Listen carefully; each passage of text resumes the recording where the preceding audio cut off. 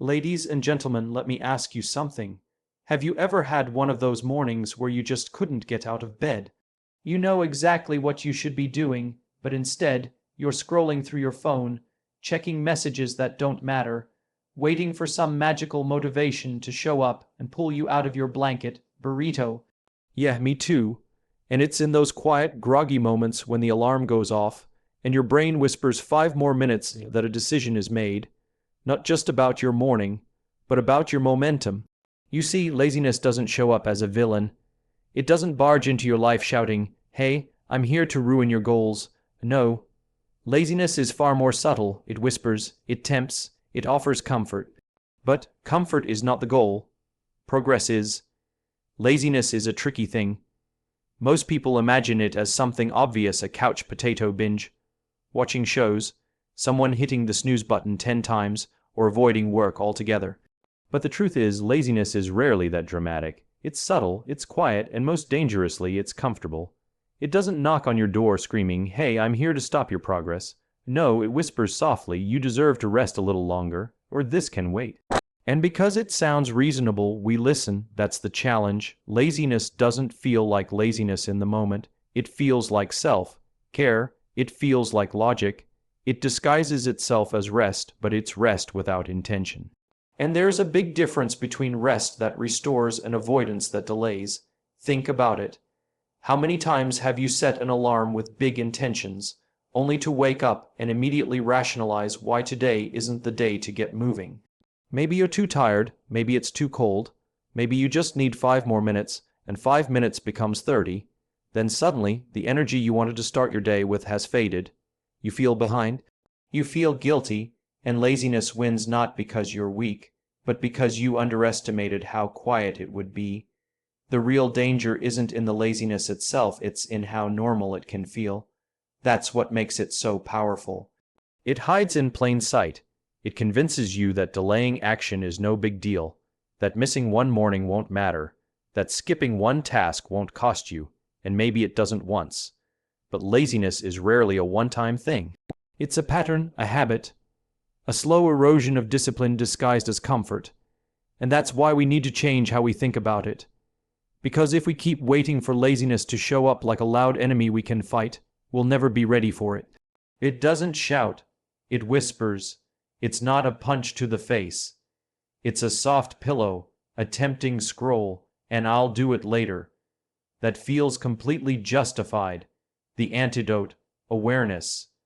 Recognizing that laziness often feels right in the moment. That's the trap. It's not about being lazy because you don't care, it's about being lulled into a rhythm that keeps you from becoming who you want to be. And the most successful people, the ones who show up, who build habits, who make progress, they're not immune to laziness. They've just trained themselves to spot it.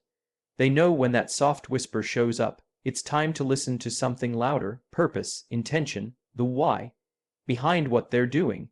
And once you recognize how laziness operates, you stop giving it the benefit of the doubt. You realize that it's not just stealing time, it's stealing momentum, confidence, and clarity. So don't wait for laziness to come at you like a villain. Pay attention to the small, quiet choices, the delayed starts, the snooze dreams, because that's where it hides, that's where it grows. And if you can really see it, you can stop it before it takes over. Not with guilt, not with shame, but with awareness and a choice to do the thing anyway. To show up, to move even when it's easier not to. That's how you defeat laziness, not in a battle, but in a whisper. One conscious choice at a time. Every day begins with a decision. Before your feet hit the floor, before you check your phone, before you speak to anyone, there's a moment. A brief pause, a space between sleep and action, and in that space lies something powerful, a chance to choose why you're getting up. Most people don't think about that. They wake up and immediately start reacting to alarms, to emails, to obligations. The world pulls them into its rhythm before they've even found their own, and that's where the problem begins. When you start your day reacting, you let external forces dictate your energy, your focus, and your intention. But when you start with why, something shifts. You move from reaction to direction. As human beings, we are wired for meaning. We don't thrive on tasks alone, we thrive on purpose. We are most alive, most engaged, when we feel that our actions matter, that our presence makes a difference. But in the noise of everyday life, it's easy to forget that. We get caught up in to-do lists, obligations, and routines. We go through the motions, and over time, that mechanical way of living breeds something dangerous: disconnection. Disconnection from what matters, disconnection from ourselves. That's why the morning is sacred, not because of some mystical rule, but because it's the one part of the day that's still yours, untouched, quiet, unclaimed. In those first moments of waking up, your mind is clear. Your energy hasn't yet been pulled in a dozen directions. That is the perfect time to reconnect to your why. Ask yourself, why am I doing this? Why do I want to improve? Why does this day matter? These aren't vague, fluffy questions. They're practical, they're grounding, and they bring you back to the core of your mission, your vision, your identity. When you start with why, it becomes much harder to stay lazy. Not because you're suddenly full of energy, but because you're full of intention. Think about it. If your reason for getting up is just to check things off a list, it's easy to delay. But if your reason is tied to a deeper purpose, to becoming someone you're proud of, to creating impact, to showing up for people who need you, then you have something bigger pulling you forward. Starting with why doesn't mean you'll never feel tired. It doesn't mean every day will be perfect. But it gives you something stronger than temporary motivation. It gives you clarity, and clarity is fuel. It cuts through the fog of excuses. It reminds you that your actions are not random, they're connected to a bigger picture. People often ask, how do I stay consistent? Or how do I beat procrastination? And the answer isn't always in tactics or hacks. It's in alignment. When you align your actions with your purpose, you create internal momentum. You move because it matters. You show up because it means something. And that is far more powerful than any motivational quote or productivity app. So tomorrow morning, before you do anything else, pause. Take a breath and ask yourself, why am I getting up today? Let that reason guide your first step. Let it guide your choices. And when laziness comes, because you'll have something stronger than willpower. You'll have a reason, and reasons, when strong enough, always win. Most people underestimate the power of the first few minutes of their day. They think the way you start your morning doesn't really matter, that it's just a routine you get through so you can move on to the important stuff. But that belief couldn't be more wrong. The way you begin your day sets the tone for everything that follows. It's the foundation, and like any foundation, if it's unstable, everything built on top of it starts to wobble. The truth is, the world will start pulling at you the second you open your eyes. Messages, noise, responsibilities, distractions. If you don't claim your morning, someone else will.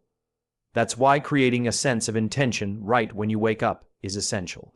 It's not about perfection. It's not about spending an hour meditating on a mountaintop. It's about taking just a few moments, even 2 minutes, to anchor yourself in who you are and what you're here to do. What does that look like? It might be sitting quietly and breathing before you touch your phone. It might be writing one sentence in a journal. It might be asking yourself a single question. What kind of person do I want to be today? These simple actions are small, but don't confuse simple with insignificant. They are powerful because they remind your brain that you're in charge. You're not waking up to react. You're waking up to lead.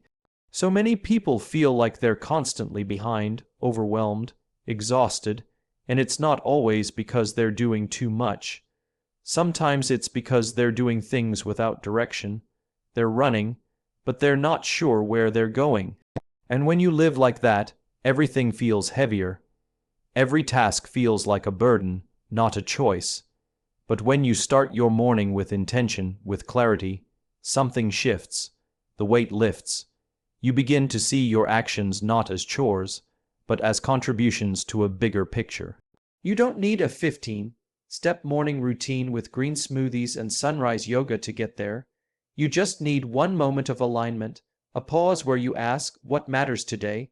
Or what's one thing I can do that moves me forward? That pause is your anchor. It keeps you grounded when the rest of the day tries to knock you off course. There's something deeply empowering about creating that space for yourself. It sends a message not just to your mind, but to your whole nervous system that you are intentional, that you are present, that you are choosing your direction instead of being dragged by it. That sense of control, of purpose, starts to replace the chaos that often greets us in the early hours. And when your day starts with control, clarity, and choice, laziness finds it much harder to take hold. Laziness loves confusion. It thrives in vagueness, but intention leaves no room for it. Intention is sharp. It knows what it wants. It doesn't wait for motivation, it creates momentum. You might think that 2 minutes isn't enough to make a difference. But think about a ship changing its course by just 1 degree over time. That tiny shift leads to a completely different destination. Your morning is the same. A small moment of direction early on creates a ripple effect that changes the outcome of your entire day. So tomorrow, before the world asks anything of you, ask something of yourself. Anchor your morning. Create space for clarity. Start with intention. And you'll find that laziness, that heavy fog that makes everything feel harder starts to lift. Not because you pushed it away with force, but because you replaced it with purpose. And purpose always moves. Discipline is one of those words that often gets a bad reputation. For many people, it brings up images of strict routines, harsh self-talk, or a military-style attitude toward life. We think of discipline as something cold and rigid, something we force ourselves into because we have to, not because we want to. But that's a misunderstanding. True discipline isn't about punishment or pressure. It's not about beating yourself into productivity.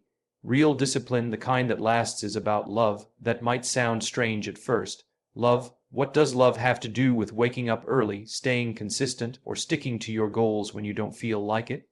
The answer is everything. Discipline is love in action. It's love for your future self, love for your dreams, love for the person you're becoming. Think about it. When a parent sets boundaries for a child, it's not because they're trying to control them, it's because they care. They want what's best. They want to protect and guide. In the same way, when you build discipline into your life, you're setting boundaries for yourself because you care deeply about where you're headed. You're not saying no to rest or comfort, you're saying yes to a higher standard. You're saying yes to growth, to progress, to becoming the kind of person you respect. And that's not about pressure. That's about purpose. We often wait until we feel motivated to do the hard things, but motivation is unreliable. It comes and goes. Some days it's there when you wake up. Other days, it's nowhere to be found. Discipline, however, shows up no matter what. And when that discipline is rooted in love, it doesn't feel like a chore, it feels like commitment. Let's take mornings, for example. Waking up early, getting started on your day, choosing not to snooze the alarm that can be hard. But what if you stopped viewing it as a battle and started viewing it as a gift you're giving to your future self? That version of you a week, a month, a year from now, they are shaped by the decisions you make today. Every time you choose to show up, even when it's hard, you're saying, I care about you, I believe in you, I'm willing to do the work for you. That's a powerful form of self-love, and it transforms how you experience discipline. It's no longer about perfection or pressure. It becomes a practice of showing up for yourself consistently, intentionally, and with compassion. Of course, you'll still have off days. Days when the bed feels too warm, the world feels too heavy, and your goals feel too far away. But even on those days, discipline rooted in love will whisper, just do something, one small step, not because you have to, but because you're worth it. That shift from force to love changes everything. It removes the guilt and shame that so often come with inconsistency. Instead of beating yourself up for falling short, you learn to realign and keep going. You learn to be kind and firm at the same time. You stop punishing yourself into progress and start loving yourself into growth. And the more you practice this kind of discipline, the more natural it becomes. It becomes part of your identity, You're not just someone who tries to stay consistent. You become someone who honors their purpose. Someone who respects their time, their goals, and their potential.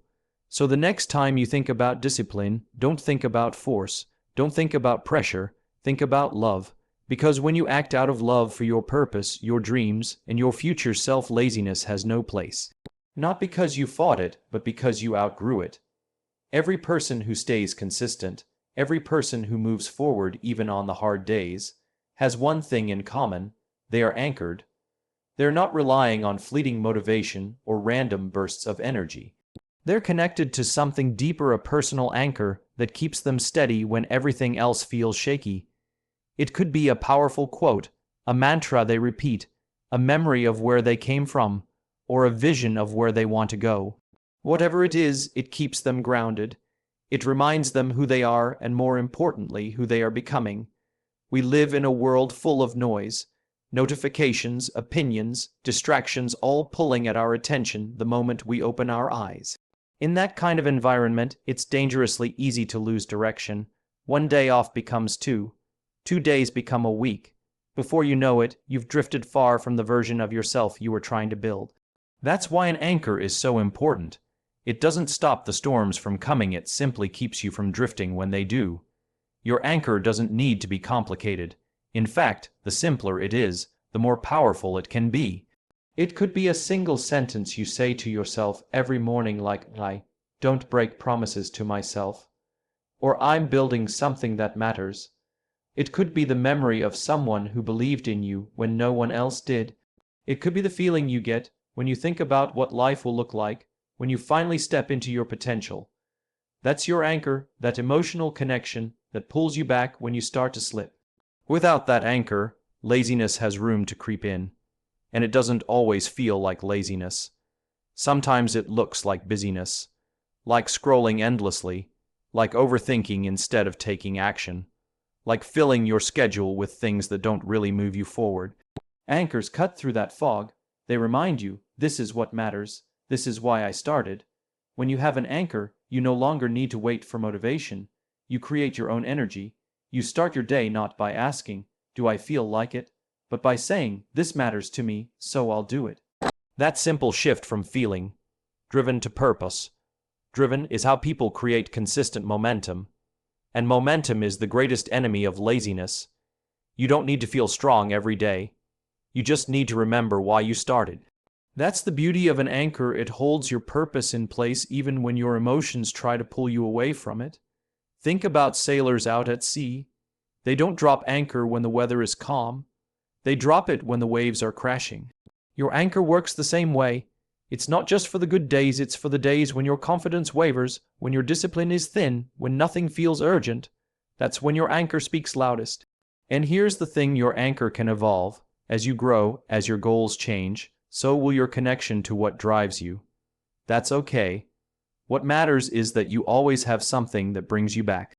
A reminder, a vision, a fire that doesn't go out, even when you feel burned out.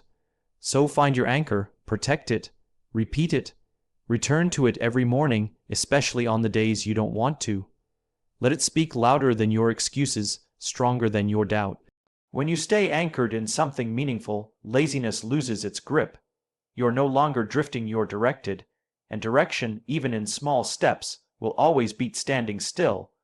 One of the most overlooked keys to destroying laziness is celebrating small wins. We live in a culture that constantly pushes for the next big achievement, the next major milestone, the big leap. We're conditioned to believe that success only counts when it's huge, when we've lost 20 pounds, launched the business, or completely transformed our lives. But the truth is, real progress doesn't happen in massive, dramatic moments. It happens in the quiet, ordinary ones. The small choices, the daily effort, the invisible victories that no one else sees. That's where growth is built. When you learn to recognize and celebrate those moments, everything changes. You begin to shift your relationship with progress. You stop seeing it as something far off in the distance and start realizing it's already happening today, right now. That's powerful, because when we only validate the big wins, we teach our brains to ignore the journey. We train ourselves to feel like we're always behind, never doing enough. And that feeling, that's the breeding ground for laziness. It creates a kind of emotional fatigue, a sense of what's the point? Or I'll never get there anyway. Celebrating small wins is how you fight that. It's how you train your brain to stay engaged, to stay hopeful, and to stay consistent. When you acknowledge the fact that you got out of bed on time, that you chose water over soda, that you wrote for 10 minutes even when you didn't feel like it, you're reinforcing a powerful message. I'm moving forward. That reinforcement becomes fuel. It becomes the emotional reward that keeps your engine running when motivation runs dry. And here's the thing: your brain responds to wins, no matter how small. Every time you recognize a step forward, your brain releases a little hit of dopamine, a chemical that makes you feel good and encourages you to do it again. That's how habits are built, not through perfection or willpower, but through consistent reinforcement. By stacking those little wins, one on top of another, you build something far more powerful than motivation. You build momentum. Laziness loses its grip when you feel progress, not when you see the final result, but when you feel yourself moving toward it. And feeling that doesn't require massive change, it requires attention. You have to start noticing what you're doing right instead of only what you haven't done yet. You have to celebrate effort, not just outcomes. There's also a deep emotional benefit to this practice. When you celebrate your small wins, you build self-trust. You begin to prove to yourself that you are capable, that you can follow through, that you're not stuck, you're just in process. That shift in identity is huge. You stop seeing yourself as someone who always gives up, and start seeing yourself as someone who shows up. That's not ego, that's alignment. That's you reconnecting to your power. You don't need confetti and balloons. Your celebration could be a simple "I did it," whispered to yourself, a check mark on a to-do list, a moment of stillness where you acknowledge, that was hard and I did it anyway. Those moments matter. They build resilience. They remind you that you are not lazy, you're becoming. So if you want to destroy laziness, stop waiting for the big win. Stop telling yourself that nothing counts until it's perfect. Start celebrating now. Celebrate the fact that you showed up, that you tried, that you moved even a little. Those wins add up, they stack. And over time, they create a version of you that doesn't just fight laziness, they leave it behind. Not with force, not with pressure, but with momentum, clarity, and deep, unshakable belief that small steps are still steps, and they always lead somewhere.